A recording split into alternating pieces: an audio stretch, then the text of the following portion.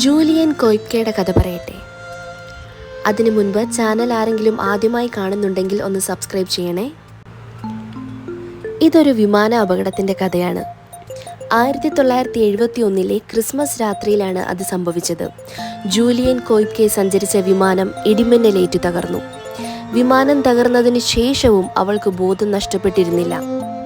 Peruvian മഴക്കാടുകൾക്ക് 2 mile മുകളിൽ തൻ്റെ ഇരിപ്പിടത്തിൽ കുടുങ്ങിക്കിടക്കുകയായിരുന്നു Julian. കാടിനുള്ളിൽ തകർന്നു വീണ വിമാനത്തിൽ അവൾ ജീവനോടെ അവശേഷിച്ചിരുന്നു. ഗുരുതരമായ പരിക്കുകൾ ബാധിച്ചിരുന്നുവെങ്കിലും അവയ്ക്ക് ഉള്ളിലെ ആത്മവിശ്വാസത്തെ തകർക്കാൻ കഴിയുമായിരുന്നില്ല. ദുരന്തത്തിൽ നിന്നും രക്ഷപ്പെട്ട ഒരേയൊരാൾ അവൾ മാത്രമായിരുന്നു. ചോക്ലേറ്റുകൾ മാത്രം കഴിച്ചുകൊണ്ട് ജീവൻ നിലനിർത്താൻ ജൂലിയൻ പരിശ്രമിച്ചുകൊണ്ടിരുന്നു. കാടിനുള്ളിൽ ഒരു അരുവി കണ്ടെത്തിയത് ശരീരത്തിൽ ജലാംശം നിലനിർത്താൻ അവളെ സഹായിച്ചു. മറ്റൊരു പ്രതിസന്ധി കാട്ടിലെ പ്രാണികളായിരുന്നു.